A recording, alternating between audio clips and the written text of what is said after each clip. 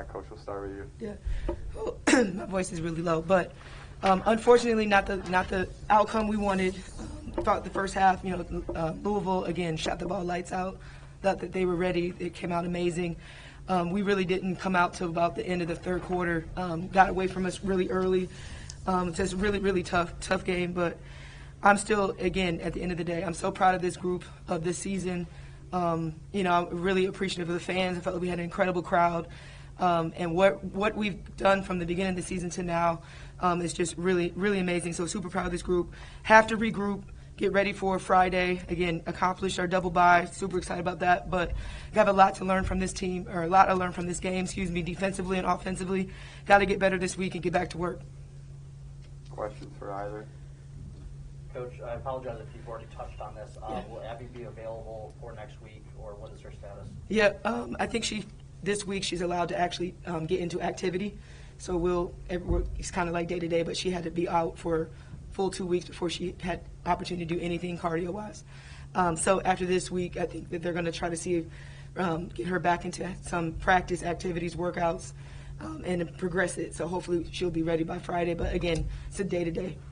Probably not going to be your favorite topic today, but the incident with Olivia, what did you see? And, there was an issue with them calling a foul on Mabry as well. Can you kind of speak to what you saw during that whole thing? Yeah, well, I didn't see it.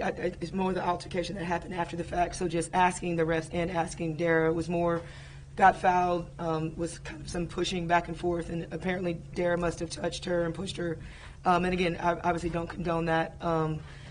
And maybe just the emotion, frustration. I think it was probably more of a frustration situation.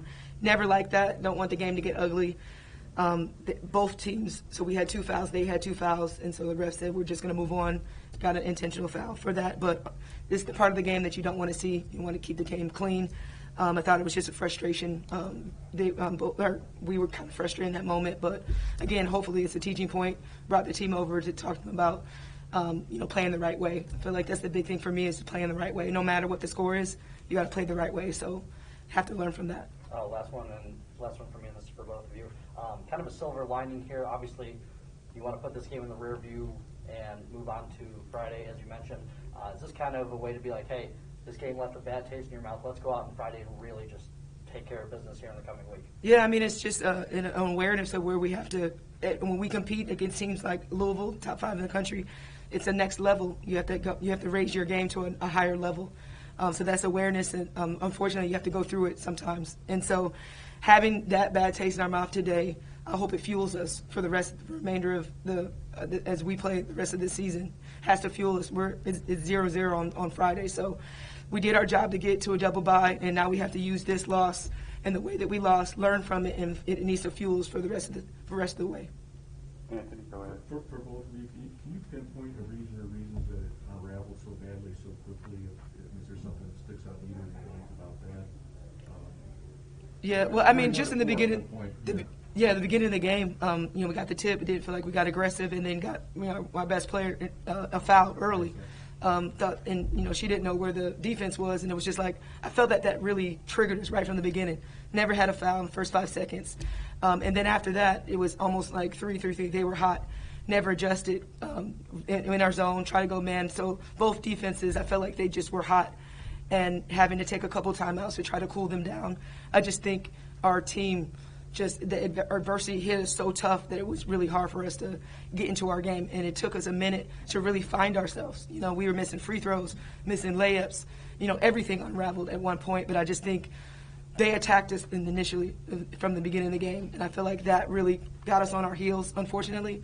But I felt like we, finally took us to the second half. Like I said, about middle third quarter, for us to really just play our game. But I felt like we were on our heels initially, and just put in a situation where we didn't respond well. Same question. Why in your mind did it unravel that fast? Yeah, I think Coach kind of said it perfectly. I think we came out and we're not used to kind of getting hit that long, and we only had 3 points in the first quarter, so we just kind of got out of everything. So I think that's just looking at the rest of the game, we would have been right in there. So the first quarter is where I think it unraveled, and it's hard to come back against a a great team like that when starting off not that well. So that's kind of, we started off and kind of dig a big hole for us. Mm-hmm. Neil, I know it was soured a little bit, but what did it mean to have Skylar back here? And do you know when she was last here for a game? And did she meet with your team before, during, or after the game? Yeah, I mean, it meant everything to have her come back. You know, we invited all of our Olympians back, but unfortunately, Jackie, Jewel, and Ace had prior commitments. Jackie's in Australia. And, I mean, she's just, you know, she's a legend, and she's been trying to come back for a while, and the fact that it worked out, being our last home game, was awesome. And, you know, she means so much to me personally, not just her former player. She's somebody that I lean on. We're really good. We're really close. She's somebody that supports me, and she supports our team. I mean, she calls me after every game. We text before and after. She really supports this program and supports this group. And so it's just amazing to have her in the stands for fans, to see, you know, somebody that's just really paved the way and somebody that's really made a huge impact at Notre Dame and also her hometown of South Bend. So she had an opportunity to talk to our team actually after the game. She had to work the Phoenix Suns last night, so she didn't come until today. So I was just really happy that they had a chance to really listen to her wisdom, her guidance, her support, her love, her passion. She had a chance to just really address them and just, you know, tell them, talk to them. And I thought that was really, really special, very powerful. And again, I'm just happy that she was here, expressed this moment. She was really grateful to be back. She was really happy to be back. And so it was, regardless of the game, it was just really special. Thought the crowd was amazing. We had a chance to honor Lucia Hare as well. And so it was just a special day. Did she happen to mention when was the last time she was able to be here? Because several people don't know. I mean, it might not be since maybe 2017. It's been a minute. 2017 or 2016. Coach Harvey, in the second half, obviously, you know, a little better. You still weren't fully competitive in the game, but you obviously followed a lot closer in the first half. Yeah. You know, at one point you were down 42. I think you went in down 38. You know, what was kind of your message to the team at halftime? And, what do you say to a team that, obviously the first half went so poorly, to try to get them back and, not just play better, but also just stay competitive in a game you're down by so much? Yeah, well, I mean, I talked to them about it. It's nothing that I could draw up. There's no play. There's no defense. I've tried all defenses. In that moment, it was more about our pride. Our fight, like you mentioned, being competitive. So I talked to them about, what it means to wear a Notre Dame jersey, what it means to play here at Notre Dame.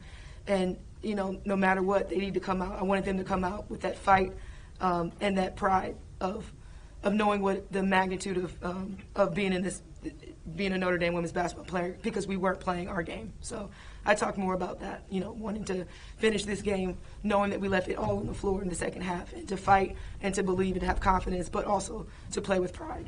You mentioned going forward, it's going to be 0-0 on Friday. You don't want to, take anything away from this game. Same mentality going forward. But obviously, there's always going to be, takeaways on a, more strategic level. What did you see that you liked? What did you see that, going forward you want to change, if anything? Yeah, I mean, first of all, not something I'm going to forget. So, there's a lot of things that we're going to take away from the last couple of weeks, but especially today.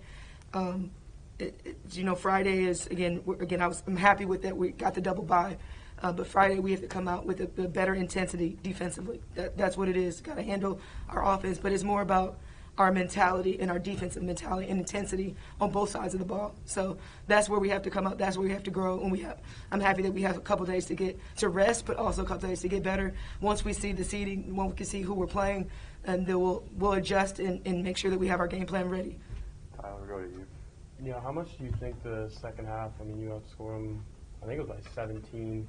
What does that do for your team going into postseason play? And kind of like Maya said, when you guys are playing, because they had starters on the floor in the second half into the fourth quarter, when you guys are playing, you can compete with a team like that. Yeah, I mean, we can compete with anybody in the country. We're that talented.